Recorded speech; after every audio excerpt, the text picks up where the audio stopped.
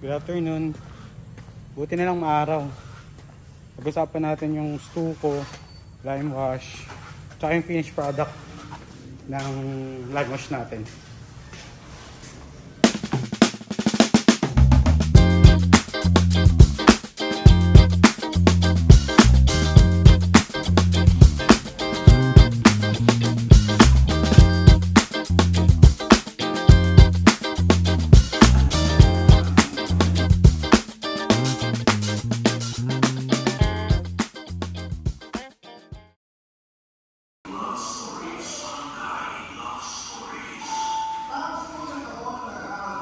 First coating,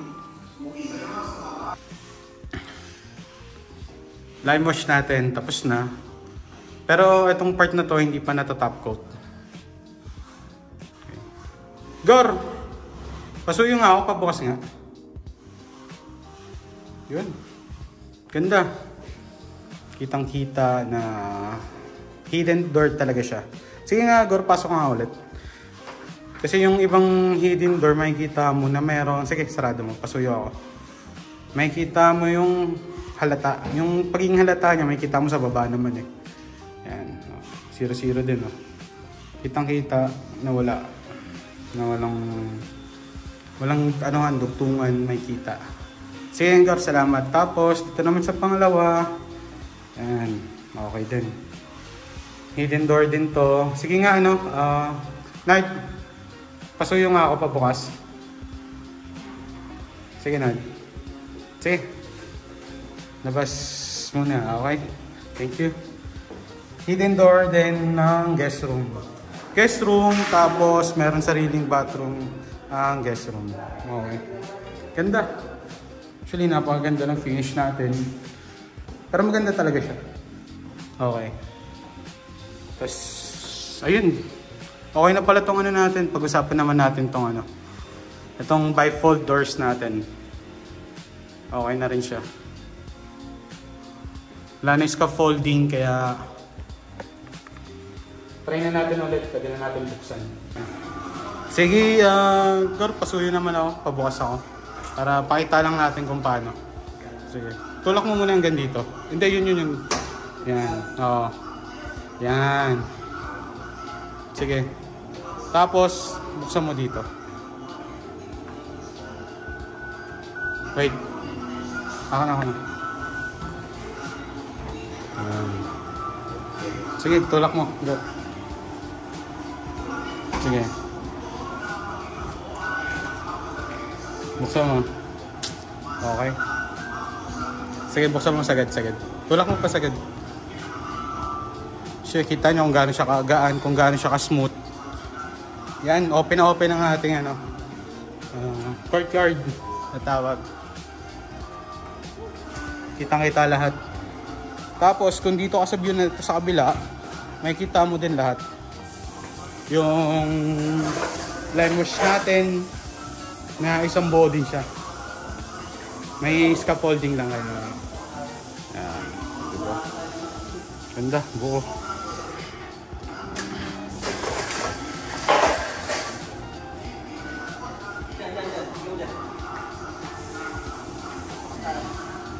Sige, wait, pasuyo ako, pasara ako ng ano natin, bifold.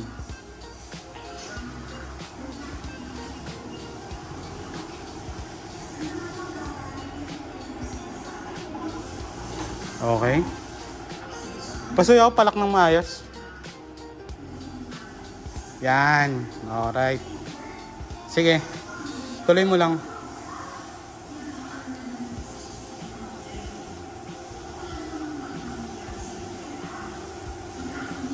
Okay.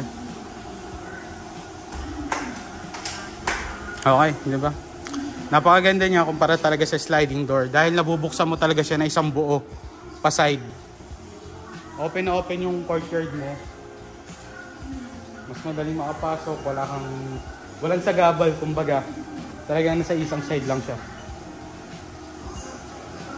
Okay.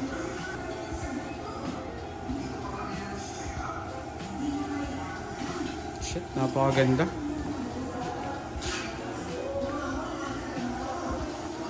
Napakaganda ng lime wash na to. Napakaganda ng pagkadali.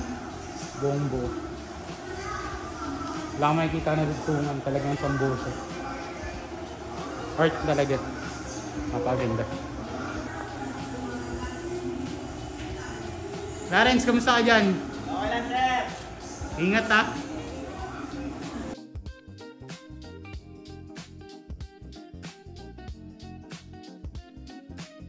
Nilalagyan na ng matte shield ng ating lime wash.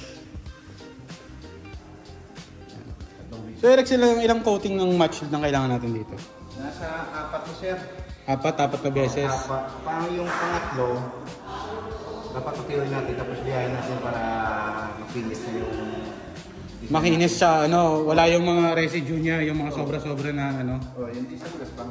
Hindi siya magaspang. Tsaka hindi hindi masira din, kaya natin nilalagyan ng top coat to. Kailangan medyo makapalan muna ng matte shield para pag nag-iya tayo ng pino, hindi na siya maapektuhan yung design natin. Gaya nung explanation ko nung una, may iba't ibang klaseng top coat shield dito. Merong gloss, semi-gloss, tsaka matte. Itong i-apply natin ay matte shield. Dito mas makikita mo yung tunay na itong ganda na ito, tunay na kulay na ito. Ayan, pag na-top coat. Pero ang ganda na Imaginein mo, may ganito ka sa bahay mo. Diba? Ang ganda. Ito, kung sakaling manawa ka dito, patungan mo na lang ulit ng primer. Tama ba rin? Primer, tas flat ulit na. Tapos pwede ka magpagawa ulit.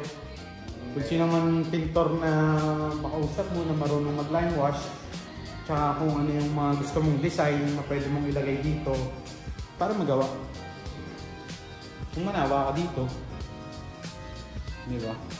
Diba tinapcoat natin to? Ilang Ilang years to? Natagal. Lalo na indoor, Abot ito na 20 years. 20 years. Yun ang mga kalaan mo yung 20 years, ganun katagal. Kung pumuri ka sa ganitong design, ang primer, nakapalitan lang naman ang bahan. Ayun, yun nga, 20 years. Tapos pag nanawa ka, pwede mong papalitan. Yun ang kinaganda. Ganda. Nakalabas na yung kulay niya. Yung totoong kulay niya talaga.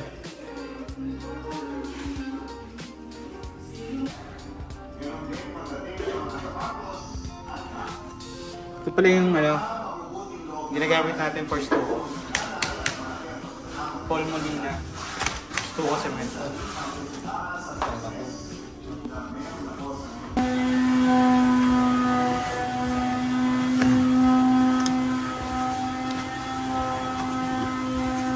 Ganito yung stucco natin. Actually, ano pa lang to? First coating pa lang to. Yung stucco. First application, Tapos meron pa tayong second application. Medyo lalabas-labas na Pero ito kita nyo naman na lumalabas-labas na. Tapos nilihain pa natin to para smooth.